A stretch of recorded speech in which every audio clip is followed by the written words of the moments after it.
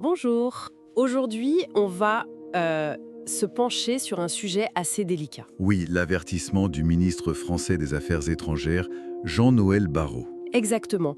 Il a mis en garde contre l'utilisation de l'Algérie dans le jeu politique intérieur français. Tout à fait. Et c'est une préoccupation qui monte face à la stigmatisation parfois de la communauté franco-algérienne dans le débat public. On s'appuie pour ça sur un article de TSA Algérie qui est sorti récemment le 7 mai. Il rapporte les propos du ministre, mais aussi d'autres réactions. Voilà, l'idée c'est de décortiquer un peu tout ça, de comprendre les enjeux derrière cet avertissement. Alors, allons-y. Le message de Barrot, il est assez direct quand même, hein. Ah oui, cessez d'instrumentaliser l'Algérie, c'est ça le cœur du message, pour des gains politiques internes. Il parle même du risque de, je cite, causer du tort aux compatriotes franco-algériens. Ben oui, et il rappelle aussi qu'il faut des relations équilibrées pour avoir des résultats concrets entre Paris et Alger.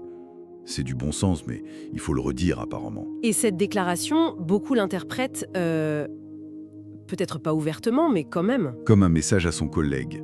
Oui, à Bruno Retailleau, le ministre de l'Intérieur. Il est connu pour ses positions, disons, fermes sur l'immigration, et il a multiplié les sorties sur l'Algérie. Ce qui est assez frappant, c'est de voir comment cette stratégie prend de l'ampleur. Ce n'est pas nouveau, mais ça s'intensifie. Qui l'utilise principalement? L'extrême droite, bien sûr, mais aussi une partie de la droite, disons, plus dure. Surtout depuis les tensions diplomatiques de l'été dernier. Donc, on se sert des relations internationales pour la politique intérieure. C'est exactement ça. Une ficelle un peu grosse, mais qui semble fonctionner électoralement pour certains. Enfin, ils le croient. Mais ça ne passe pas inaperçu, d'autres voix s'élèvent. Oui, heureusement. Je pense notamment à Chemseddine Hafiz, le recteur de la Grande Mosquée de Paris. Il a été très clair. Qu'est-ce qu'il a dit exactement? Il a dit, je cite, « Il faut que la discrimination cesse à chaque fois qu'il s'agit d'un Français d'origine algérienne ». Il vise clairement l'extrême droite et l'incitation à la haine. Et il a raison de rappeler la réalité de cette communauté. Ce n'est pas une abstraction. Absolument. Il parle de ministres, de milliers de médecins, de juges, d'avocats, d'ingénieurs. Voilà, des gens qui participent pleinement à la société française. Loin, très loin des caricatures qu'on entend parfois. Il y a aussi une analyse intéressante d'Abdelaziz Rahabi, l'ancien ministre algérien. Oui, sur les conséquences de cette stigmatisation. Il parle d'un risque de repli communautaire. Exactement. Et c'est un point crucial.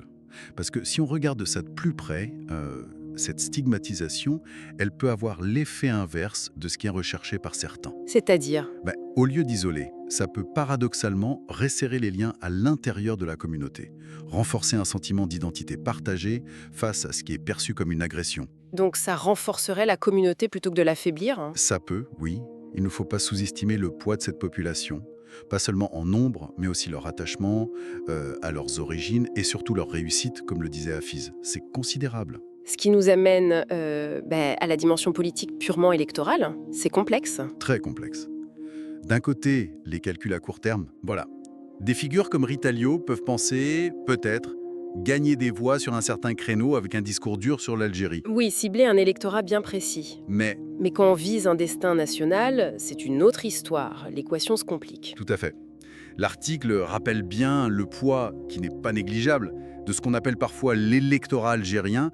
Bon, c'est un raccourci, mais ça désigne les citoyens français d'origine algérienne. Et ce n'est pas pour rien qu'Alger a souvent été une étape quasi obligée pour les candidats à la présidentielle française. On se souvient de la visite de Macron en 2017. Oui, quand il avait qualifié la colonisation de crime contre l'humanité. Ça avait fait beaucoup de bruit. Énormément. Et il y a aussi cette analyse, qui revient souvent. Sur la défaite de Sarkozy en 2012, Oui, l'idée qu'il se serait peut-être aliéné une partie de cet électorat franco-algérien. C'est difficile à prouver, mais l'hypothèse existe. donc si on essaye de synthétiser un peu, On a une tension très claire.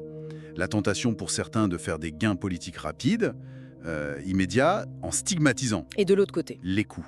Des coûts sociaux, politiques, bien plus lourds à long terme pour la cohésion du pays. Et l'avertissement de Barrot, dans ce contexte, Il sonne comme une reconnaissance, peut-être un peu tardif pour certains, mais une reconnaissance du tort causé et du poids réel de cette communauté franco-algérienne. c'est assez paradoxal quand on y pense. Cette stratégie de tension, qui se veut une affirmation d'identité forte, Risque surtout de fracturer encore plus la société. C'est contre-productif au final. alors qu'est-ce qu'on retient de tout ça finalement? Le message clé, Que faire de l'Algérie un bouc émissaire politique, ça fragilise directement des citoyens français. Une part importante de la population. et ça mine aussi les relations entre les deux pays qui sont nécessaires. Absolument.